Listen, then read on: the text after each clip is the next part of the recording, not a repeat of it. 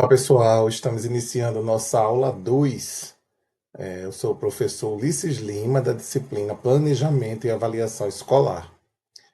E na aula de hoje nós vamos falar sobre tipos de plano de ensino e a Base Nacional Comum Curricular. Certo? Bom, vamos começar com os nossos objetivos da semana. Certo? A princípio, diferenciar o plano anual, né, do plano de unidade e do plano de aula. Né? E aí vamos identificar as características e as finalidades de cada um. Também reconhecer os componentes essenciais de um plano de aula, certo? Que são os seus objetivos, os conteúdos, a metodologia, os recursos e a avaliação. Também vamos refletir sobre o papel da avaliação como parte integrante desse processo de planejamento. Introduzir também a BNCC, certo? E aí vamos aqui para a importância do planejamento, certo? O planejamento, ele é um instrumento, né, que organiza a prática docente e ele dá intencionalidade às ações educativas, né? Porque ele vai garantir a coerência entre os objetivos de aprendizagem e as metodologias empregadas, certo? O que vai assegurar que esse processo ele seja estruturado e contínuo. E aí vamos falar um pouco sobre os tipos de plano de ensino, certo? Existem 3 modalidades principais de planos de ensino, né? O plano anual, o plano de unidade e o plano de aula. O plano anual ele traz uma visão global e estratégica do trabalho pedagógico ao longo do ano letivo. Né? O plano de unidade ele vai trazer uma organização dos conteúdos em blocos ou em temas específicos.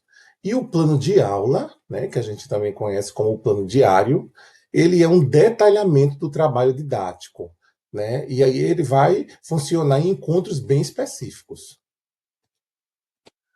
Quanto ao plano anual, preciso considerar que ele organiza os conteúdos, né, e os objetivos durante todo o ano letivo. Né? E aí ele vai estabelecer metas de longo prazo, ele vai integrar conteúdos às diretrizes curriculares e também ele funciona como um guia para o trabalho pedagógico coletivo da escola. Certo? O plano de unidade ele vai organizar, como nós dissemos, os conteúdos em blocos temáticos que têm uma relação entre eles. E aí ele permite maior aprofundamento, né, entre determinados temas. Ele vai articular conteúdos, competências e habilidades e favorece a integração interdisciplinar, né, e a progressão das aprendizagens. O plano de aula ele já é o mais detalhado de todos os planos, né?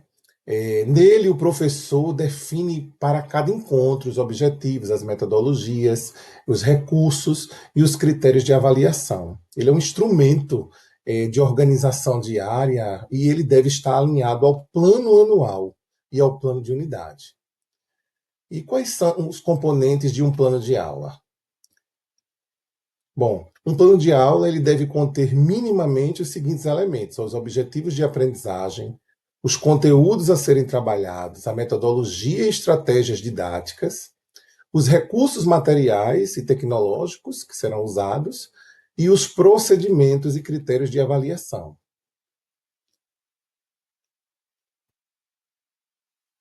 Objetivos de aprendizagem, né? Vamos por partes. Os objetivos de aprendizagem, eles definem os resultados esperados da aprendizagem, né? E aí eles precisam ser claros, mensuráveis e compatíveis com a faixa etária e o nível de desenvolvimento dos estudantes, né?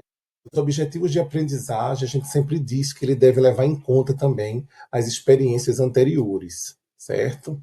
Deve indicar competências a serem desenvolvidas em consonância com a BNCC. Conteúdos.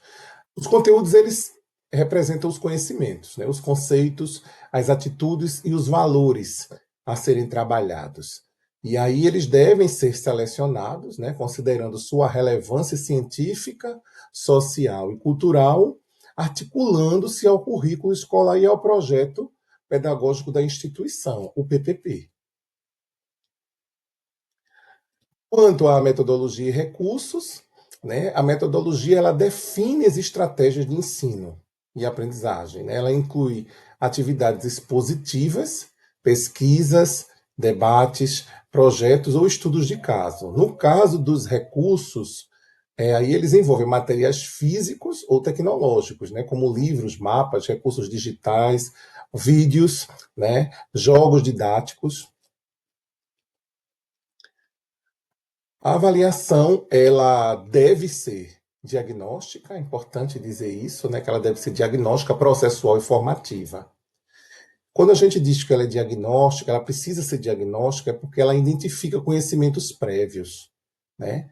Processual, porque ela vai acompanhar o desenvolvimento da aprendizagem.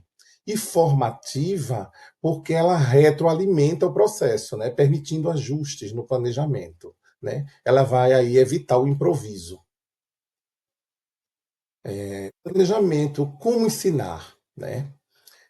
O planejamento, por sua vez, ele é a estratégia que o professor utiliza para implementar o currículo.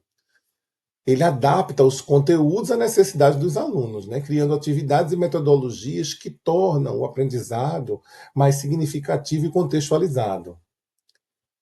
E aí também precisamos falar na nossa aula sobre a Base Nacional Comum Curricular. Bom, a Base Nacional Comum Curricular ele é um documento normativo, né? É preciso deixar isso bem claro, porque ele orienta a educação brasileira, estabelecendo os direitos de aprendizagem e desenvolvimento de todos os estudantes da educação básica, certo? A BNCC, ela busca assegurar que os alunos, independentemente da região, eles tenham acesso a um currículo que contemple os conhecimentos essenciais para desenvolver as competências cognitivas, sociais, culturais e emocionais. E aí, qual é a estrutura da BNCC? Ela se organiza, né, em 10 competências gerais, que vão orientar, né, a formação do estudante para que ele possa atuar de forma crítica, né, responsável e criativa na sociedade. Porém, vale ressaltar que a BNCC ela não é um currículo pronto, mas uma referência nacional obrigatória, né? Porque cada sistema de ensino, estadual, municipal, escolar, deve construir seu currículo próprio, né? Aí vai alinhar os conteúdos e práticas pedagógicas às realidades locais e às necessidades dos estudantes. Em resumo, a BNCC ela representa um marco histórico para a educação brasileira, né, porque ela organiza o que deve ser ensinado e aprendido em cada etapa da escolarização. Né? Ela vai promover a equidade, ela vai orientar o planejamento pedagógico e vai fortalecer o compromisso da escola com a formação cidadã e inclusiva dos estudantes. Quando a gente fala em competências gerais da BNCC, a Base Nacional Comum, ela organiza-se, como nós dissemos, em 10 competências gerais para orientar toda a educação básica no Brasil, né? De acordo com a BNCC, as competências gerais, elas devem promover a formação humana integral e a construção de uma sociedade justa, democrática e inclusiva. Assim, a escola ela deve considerar não apenas o desenvolvimento cognitivo, mas também aspectos sociais, emocionais, culturais e éticos. Competências gerais da BNCC. Bom, elas estão interligadas, né? E elas abrangem diferentes dimensões do aprender. O conhecimento, o pensamento crítico, científico e criativo, a valorização da cultura, comunicação e argumentação, o uso responsável da tecnologia digital, o desenvolvimento pessoal e coletivo. Na área de geografia, as competências essenciais presentes na BNCC, né, elas vão justamente orientar o ensino de geografia, né, por meio de competências específicas, né, que buscam formar cidadãos críticos e conscientes do mundo em que vivem. Né? Uma das principais propostas, por exemplo, é analisar a interação entre sociedade e natureza. A BNCC ela também propõe compreender o espaço geográfico como uma construção histórica, né? Mostrando que o território ele não é estático, né? Mas sim o resultado de processos históricos, sociais e também econômicos. E aí a gente levanta aqui uma reflexão para vocês, né, sobre de que forma as competências da BNCC em geografia podem transformar o plano de aula em um instrumento capaz de aproximar os estudantes da realidade social em que eles vivem. Nossas referências e até a próxima aula.